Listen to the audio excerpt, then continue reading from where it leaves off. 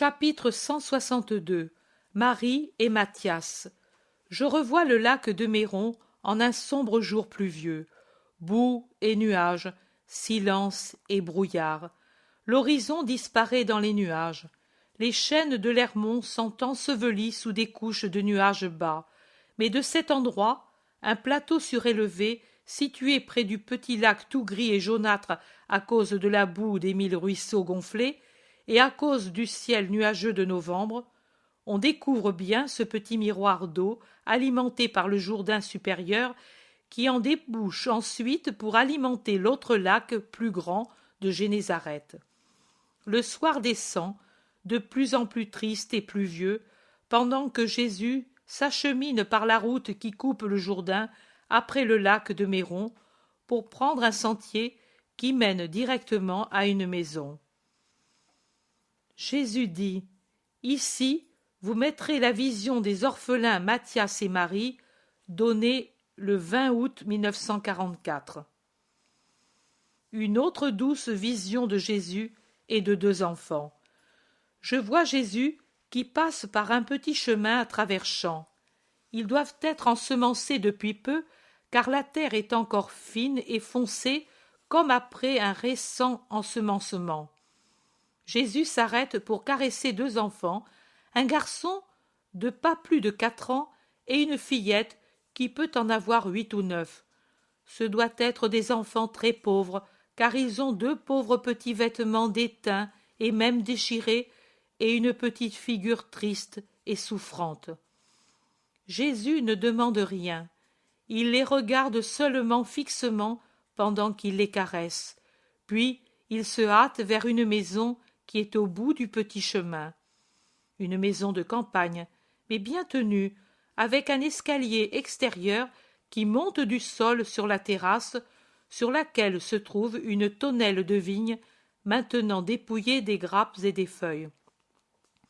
Seules quelques dernières feuilles déjà jaunies pendent et remuent par l'effet du vent humide d'une maussade journée d'automne.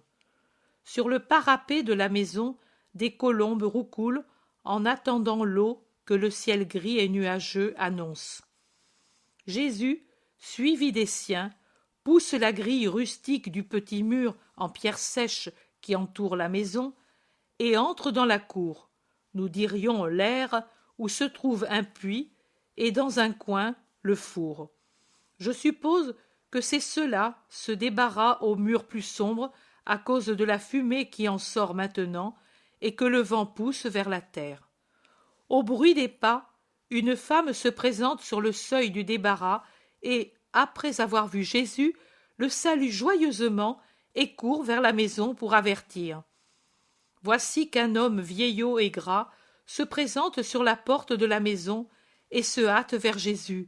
« Grand honneur, maître, de te voir !» Il le salue. Jésus dit son salut. « La paix soit avec toi !» Et il ajoute : « La nuit arrive et la pluie va venir.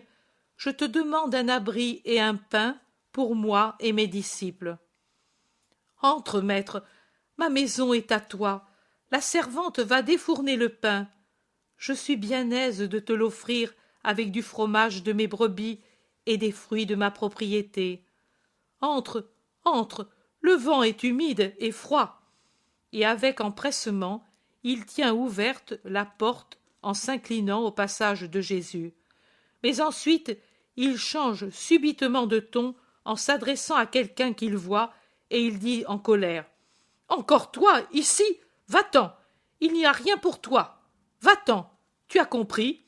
Ici, il n'y a pas de place pour les vagabonds. » Et il murmure entre ses dents : « Et peut-être aussi de voleurs comme toi. » Une petite voix plaintive répond : « Pitié, Seigneur, un pain au moins pour mon petit frère.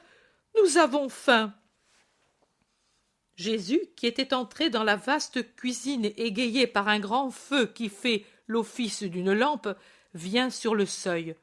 Son visage est changé. Sévère et triste, il demande non pas à l'hôte, mais plus généralement, il semble le demander à l'air silencieuse, au figuier dépouillé, au puits sombre : « Qui est-ce qui a faim ? » « Moi, Seigneur, mon frère et moi, un pain seulement, et nous nous en irons, nous en irons. » Jésus est maintenant dehors, dans l'air de plus en plus sombre, à cause du crépuscule qui avance et de la pluie imminente. « Avance, dit-il. J'ai peur, Seigneur. Viens, te dis-je, n'aie pas peur de moi. De derrière du coin de la maison, la fillette s'amène. À son misérable petit vêtement se cramponne son petit frère. Ils viennent pleins de crainte. Un regard timide à Jésus, un regard apeuré au maître de maison qui lui fait les gros yeux et qui dit « Ce sont des vagabonds, maître, et des voleurs. Il n'y a qu'un instant, je l'ai surprise à fouiller près du pressoir. Certainement, elle voulait entrer pour voler. Qui sait d'où ils viennent? Ils ne sont pas du pays. » Jésus semble l'écouter.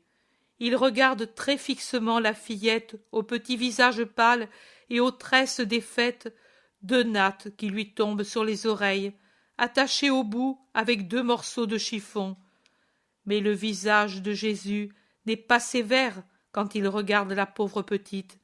Il est triste, mais il sourit pour l'encourager. « Est-ce vrai que tu voulais voler? Dis la vérité. »« Non, Seigneur, j'avais demandé un morceau de pain parce que j'ai faim. On ne me l'a pas donné. J'ai vu une croûte huilée là par terre près du pressoir et je suis allée la prendre. J'ai faim, Seigneur. Hier on m'a donné un seul pain et je l'ai gardé pour Mathias. Pourquoi ne nous ont-ils pas mis avec maman dans le tombeau? » La fillette pleure désolée et son frère fait comme elle. « Ne pleure pas. » Jésus la console en la caressant et en l'attirant à lui. « Réponds, d'où es-tu? » »« De la plaine d'Esdraelon. »« Et tu es venu jusqu'ici? »« Oui, Seigneur. »« Il y a longtemps que ta mère est morte, et as-tu ton père? »« Mon père est mort, tué par le soleil, au temps de la moisson, et maman à la dernière lune. Elle et l'enfant qui naissait sont morts. » Elle pleure davantage. « Tu n'as pas de parents? Nous venions de si loin. Nous étions pauvres, puis le père a dû se mettre en service. Maintenant il est mort, et maman avec lui. » Qui était le maître? Le pharisien Ismaël. Le pharisien Ismaël. Impossible de traduire la manière dont Jésus répète ce nom. Tu es parti volontairement, ou bien il t'a renvoyé? Il m'a renvoyé, Seigneur. Il a dit, sur le chemin, les chiens affamés. Et toi, Jacob, pourquoi n'as-tu pas donné un pain à ces petits? Un pain, un peu de lait et une poignée de foin pour délasser leur fatigue? Mais, maître, j'ai du pain juste pour moi, et du lait, il y en a peu, et les mettre dans la maison, ils sont comme des bêtes vagabondes, ces gens-là. Si on leur fait bon visage, ils ne s'en vont plus. Et tu manques de place et de nourriture pour ces deux malheureux? Tu peux le dire vraiment, Jacob? L'abondance de la moisson, du vin, la quantité d'huile, les fruits nombreux ont rendu célèbre ton domaine cette année à cause de ce qu'il a produit. Te le rappelles-tu encore? L'année précédente, la grêle avait abîmé tes biens et tu étais inquiet pour ta vie. Je suis venu et je t'avais demandé un pain. Tu m'avais entendu parler un jour et tu m'étais resté fidèle. Et dans ta peine, tu m'as ouvert ton cœur et ta maison, et tu m'as donné un pain et un abri. Et moi, en sortant le matin suivant, que t'ai-je dit? Jacob, tu as compris la vérité. Sois toujours miséricordieux, et tu obtiendras miséricorde. Pour le pain que tu as donné au Fils de l'homme, ces champs te donneront abondance de blé et seront chargés comme s'ils avaient sur eux les grains de sable de la mer. Les oliviers seront chargés d'olives, et tes pommiers plieront sous le poids des fruits. Tu as eu tout cela, et tu es le plus riche de la région cette année, et tu refuses un pain à deux enfants? Mais toi, tu étais le rabbi. Justement, parce que je l'étais, je pouvais faire du pain avec des pierres. Eux, non. Maintenant je te dis, tu vas voir un nouveau miracle, et tu en auras de la peine, une grande peine. Mais alors, en te frappant la poitrine, dis, je l'ai mérité. Jésus s'adresse aux enfants. Ne pleurez pas. Allez à cet arbre et cueillez.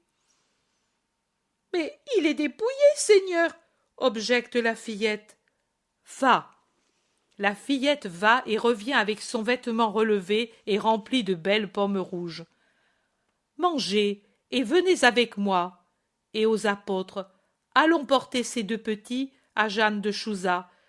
Elle sait se rappeler les bienfaits reçus, et elle est miséricordieuse pour l'amour de celui qui a été miséricordieux avec elle. Allons. L'homme, abasourdi et mortifié, essaie de se faire pardonner. Il fait nuit, maître. La pluie peut tomber pendant que tu es en route. Rentre dans ma maison. Voici que la servante va défourner le pain. Je t'en donnerai aussi pour eux. Inutile. Tu le donnerais non par amour, mais par peur du châtiment promis. Ce n'est donc pas cela. Et il montre les pommes cueillies sur l'arbre d'abord dépouillé et que les deux affamés mangent avec avidité. Ce n'est donc pas cela le miracle? Non. Jésus est très sévère. Ô Seigneur, Seigneur, aie pitié de moi. J'ai compris. Tu veux me punir dans mes récoltes. Pitié, Seigneur. Ce ne sont pas tous ceux qui me disent Seigneur qui me posséderont, car ce n'est pas par la parole, mais par les actes que l'on montre de l'amour et du respect. Tu auras la pitié que tu as eue. Je t'aime, Seigneur. Ce n'est pas vrai. Même celui qui aime, car cela est mon enseignement. Tu n'aimes que toi-même. Quand tu m'aimeras comme je l'ai enseigné, le Seigneur reviendra. Maintenant je m'en vais. Ma demeure est dans l'accomplissement du bien, dans la consolation des affligés, quand j'essuie les larmes des orphelins. Comme une poule déploie ses ailes sur ses poussins sans défense, de même je déploie mon pouvoir sur ceux qui souffrent et qui sont tourmentés. Venez, enfants, vous aurez bientôt une maison et du pain. Adieu, Jacob. Et non content de marcher, il fait prendre dans les bras la fillette fatiguée. C'est André qui la prend et l'enveloppe dans son manteau. Jésus prend le petit, et ils s'en vont par le petit chemin désormais obscur, avec leur charge pitoyable qui ne pleure plus. Pierre dit « Maître, c'est une grande chance pour eux que tu sois survenu. Mais pour Jacob, que vas-tu faire, maître ?» Justice. Il ne connaîtra pas la faim, car ses greniers sont garnis pour longtemps encore, mais la disette, car la semence ne donnera pas de grains, et les oliviers et les pommiers n'auront que des feuilles. Ces innocents ont eu, non pas de moi, mais du Père, du pain et un toit. Car mon Père est aussi le Père des orphelins, lui qui donne un nid et de la nourriture aux oiseaux des bois.